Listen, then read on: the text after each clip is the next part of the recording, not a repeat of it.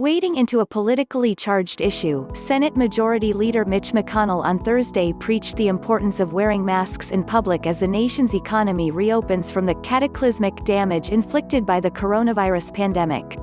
During a tour of hospitals this week in his home state of Kentucky, the Republican leader has stressed wearing masks in public and following social distancing guidelines. There should be no stigma attached to wearing a mask, McConnell said during an appearance in Owensboro. And even among age groups that are least likely to either contract this disease or die from it, you could be a carrier. So I think what we all need to do is say, okay, I'm going to take responsibility not only for myself but for others.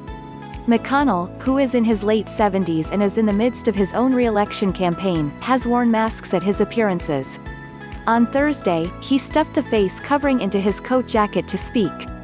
He donned it again afterward. His mask wearing is in stark contrast to the unwillingness of a key political ally to do so.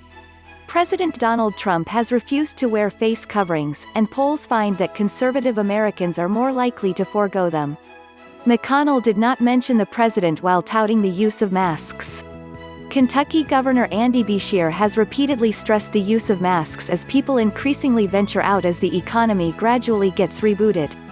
This is not a battle between political parties or ideologies, the Democratic governor said recently. It's plain, basic public health guidance that's out there from the CDC and from everywhere else. It's the same guidance on the federal and on the state level. And it's just smart, right? Even as government restrictions to combat the virus are easing, the fallout reached a flashpoint in Kentucky last weekend when armed protesters gathered at the state capitol. Protesters swarmed outside the governor's mansion and hanged Beshear in effigy near the State House. The rally was billed as a defense of constitutional rights, including the right to bear arms, but turned into a protest against coronavirus restrictions and Beshear's administration, according to media reports. Beshear condemned the rally and vowed not to back down. McConnell denounced the protesters' actions as completely outrageous and unacceptable. On Thursday, McConnell termed the pandemic as a cataclysmic event for the economy as businesses shuttered to try to contain the disease.